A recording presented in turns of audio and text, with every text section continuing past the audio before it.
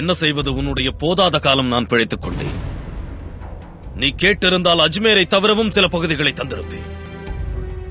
யுத்தத்தினால் குருதி வெள்ளம் பெருகுவதை தவிர நீ எதையும் சாதிக்க முடியாது. குருதி வெள்ளம் பெருகுவதை பற்றி நீ பேசுகிறாயா?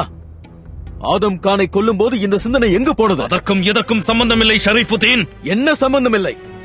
நீயே விதிகளை உருவாக்குவாய், அதை நீயே மீறுவாய். இந்த முறை விதியை நான் வகுக்கிறேன். நீ சம்மதித்தால் உன் விருப்பப்படியே செய்யலாம். என்ன சொல் கேட்போம்.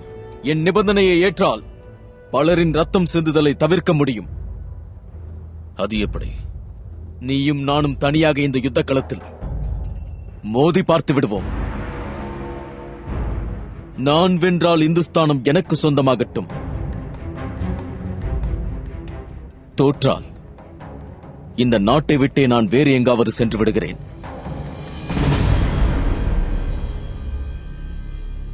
நான் சம்மதிக்கிறேன். ஏன் இப்படி செய்தீர்கள் சக்கரவர்த்தி அவர்களே? எதற்காக அவன் நிபந்தனைக்கு ஒப்புக்கொண்டீர்கள்? தேவையற்ற படுகொலைகளை தவிர்க்க இதுதான் ஒரே வழி. மன்னிக்க வேண்டும் ஜகாம்பனா. ஷரீஃபுதீன் உங்களை விட உருவத்தில் பெரியவன், பலசாலி, ஒரு வெறி பிடித்த மிருகம். அது எனக்கு தெரியும். அவன் வெறி பிடித்தவன் தான். ஆனால் இந்துஸ்தானம் தவறான கரங்களுக்கு செல்ல நான் அனுமதிக்க மாட்டேன்.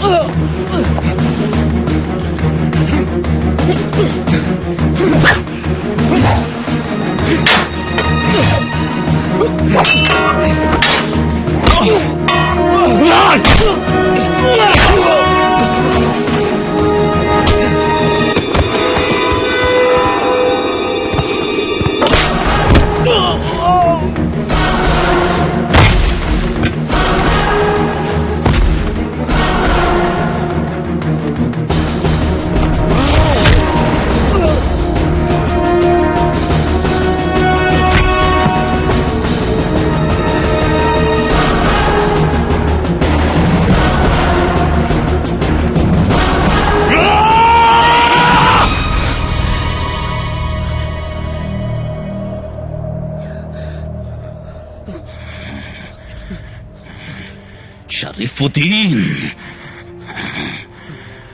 நீ பக்ஷி பானு பேகத்தின் கணவனாக இல்லாதிருந்தால் இந்நேரம் இந்த ஈட்டி உன் நெஞ்சை துளைத்திருக்கும்.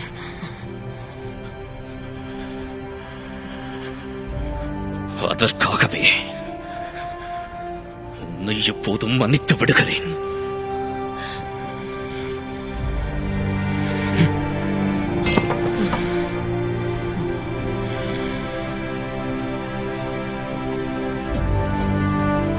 உனக்கு கொடுத்த ஆளுநர் பதவி என்றோடு பறிக்கப்படுகிறது.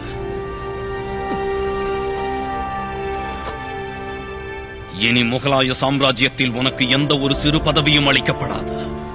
தங்கள் சித்தம் ஆலம்பனா. இனி தவறு செய்தால் உன் உயிர் உடனடியாக பறிக்கப்படும். தங்கள் ஆணைப்படி. இந்துஸ்தானத்தின் ஷகன்ஷா ஜலாலுதீன் முகமது அக்பர் நீடூடி வாழ்க!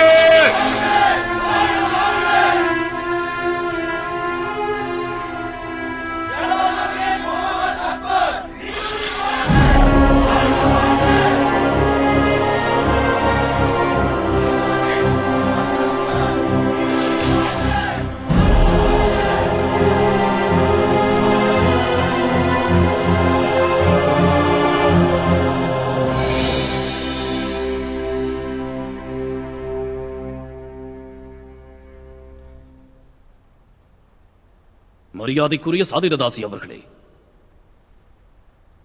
மதத்தை மட்டுமே அடிப்படையாக கொண்டு தனி மனிதனின் மகிழ்ச்சியை தங்களால் நிர்ணயிக்க முடியாது.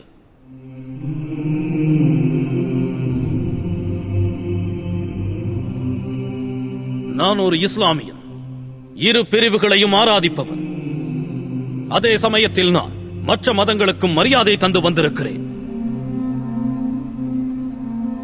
இந்த நாட்டை பொறுத்தவரை என் மக்களுக்கு அவரவர் மதங்களை பின்பற்ற முழு சுதந்திரம் உண்டு.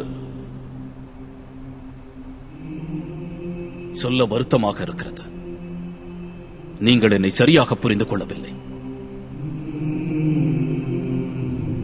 இங்கு நடந்தது அனைத்தையும் மறந்துவிட்டு தாங்கள் மெக்காவுக்கு சென்று வாருங்கள். இது எனது அன்பான வேண்டுகோள்.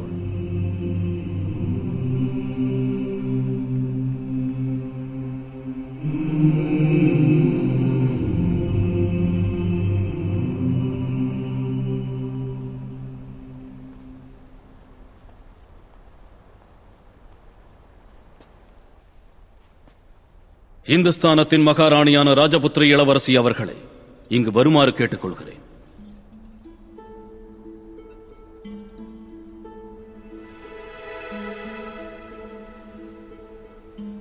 இங்கு கூடியிருக்கும் சபையோர் அனைவருக்கும் மீண்டும் ஒருமுறை நினைவுபடுத்த விரும்புகிறேன்.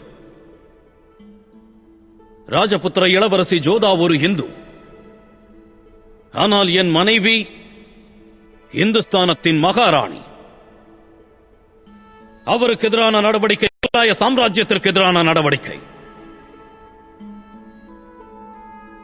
ஒன்றை மட்டும் நினைவில் வைத்துக் கொள்ளுங்கள், மதங்களிடையே சகிப்புத்தன்மையும் மக்களிடையே தியாக சிந்தையும் இருந்துவிட்டால் இந்துஸ்தானத்தின் எதிர்காலம் பொற்காலம், அதில் சந்தேகமே இல்லை. ஆமீன்.